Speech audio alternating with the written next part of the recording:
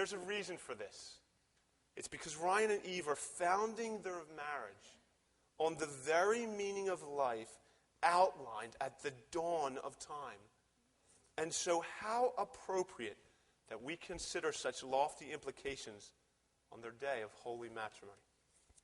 To help you better understand the complexities of the passage just heard, I've broken it up to 3 parts, which you'll see on the overhead. Number 1 is God creates. That is, God creates man and woman in his own image. Number 2 is God commissions. God commissions this united couple for his saving purposes. And number 3, God celebrates. He celebrates the glory of his design. So God creates, commissions, and celebrates. First, God creates. And not just man. Prior to our account, he has been fashioning the earth, dividing atmospheres, emerging continents from the seas, adorning them with all manner of forests and flowers and the luscious of produce. And as if his greatness wasn't displayed enough, he then scatters constellations across the cosmos and brings forth an animal kingdom of unthinkable ingenuity and diversity. This chapter really is a display of the Lord's unfathomable power. If you had a Bible, you would notice with even just a casual glance the frequency of the word God. It appears over 30 times, more than once per verse, and is always followed by authoritative action. God created, God separated, God called, God made, God blessed. But of those verbs, none is more prominent than God said. Remember, God said, "Let there be light," and there was light. The point is, what Yahweh declares will come to pass. His word alone has all authority. The very ground we stand on, the air we breathe, is proclaiming his absolute truthfulness. And it is to be our assurance that every promise made, God will keep. If he said it, there can be no doubt it will happen. And in verse 26, God said, "Let us make man."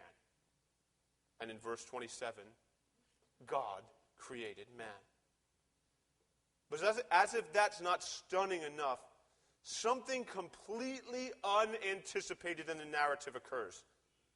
God imparts to man an attribute nothing beforehand receives. Not the stars, nor the fish, nor the plants. Did you catch it? Let us make man in our own image, after our likeness. Now, this really should unsettle us. This magnificent, omnipotent, holy maker of galaxies has chosen to be reflected in one place in his creation more than any else. It's not in supernovas or photosynthesis or the 326 million trillion gallons of water in the oceans. That's 18 zeros if you're interested. No, his likeness is not seen most in a bat sonar or a bolt of lightning, but in you and in me. Humans alone bear his image. We have the unfathomable privilege of being like God. And the most prominent way we imitate him is through relationship. After fashioning man and woman, verse 26 records, "And God said to them." See, the Lord is not speaking them into existence there. He's addressing them in relationship. He's having a conversation, one that is inviting their volitional response. And that's what actually separates us from the animal kingdom more than anything else. It's our capacity for language. We aren't instinctual, but have the ability to form ideas. We can know things, and that's so we might know God and choose to worship and obey him. I can't develop this, but we also see this relational dimension in the allusion to the Trinity, the Father, Son, and Holy Spirit, hinted at in the opening verse. Then God said, "Let us," plural, us, "make man in our image, after our likeness."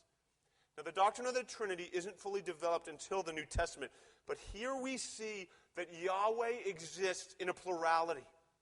The Father himself has a relationship with the Son and the Spirit, and they have for all eternity existed in perfect harmony and adoration and respect and joy in three persons, though remaining one God.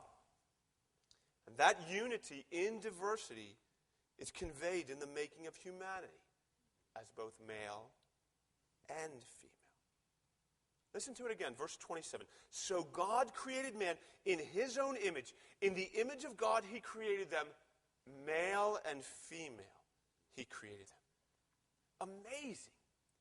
In all the glorious intricacies and synergies of this planet and its creatures, God's climactic display of his greatness is in manifesting his image as male and female.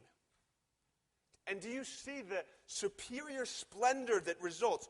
All the assorted ways men and women express love and strength and beauty. And that varies within each person. That captures, though, more of what God is like than what only one could.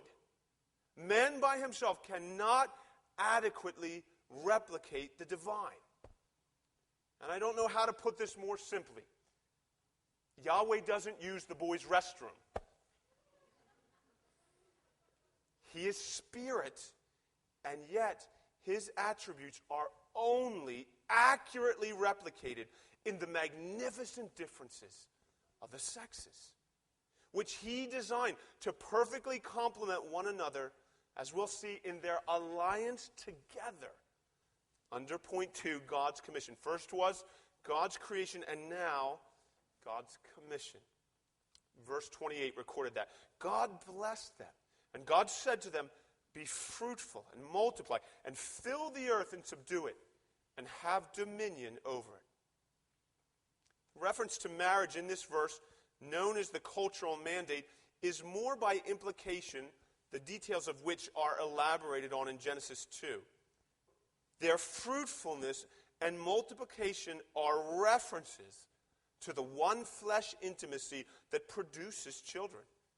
It is out of the covenant love of a husband and wife that image bearers will populate the earth. And if you didn't discern, this is another absolutely startling way in which we share the reflection of the divine. His sovereign rule over the earth has been transmitted in part to us. We are his stewards of this planet, called to govern it according to his ways and under his dominion, but exercising it on his behalf nonetheless. Have you ever considered that? We're landlords, in a sense. We've not been placed here to fulfill some American dream of material conquest for ourselves. No, we are God's emissaries, called to use all the resources of creation to honor and exalt and uphold his word. And to do that, we need one another. Man and woman are commissioned in this task. See, marriage has a purpose bigger than itself. In fact, for those who think it is only about each other, more often than not, they're going to walk away from the whole thing. And that's because marriage is defined by the sacred partnership pictured here in Genesis. It entails deriving one's worth and joy and very purpose from God and then being joined with one another so that together, in a way proportionally greater than alone, they can, as a team, further the glory of the Lord from the rising to the setting of the sun. Oh, it is such a magnificent picture of interdependence. God puts man in the garden, commending him to cultivate it, and yet it is Yahweh here who promises to provide their sustenance. The same is true of husband and wife, relying on and serving and blessing and providing for the needs of one another in the pursuit of the glory of the Lord.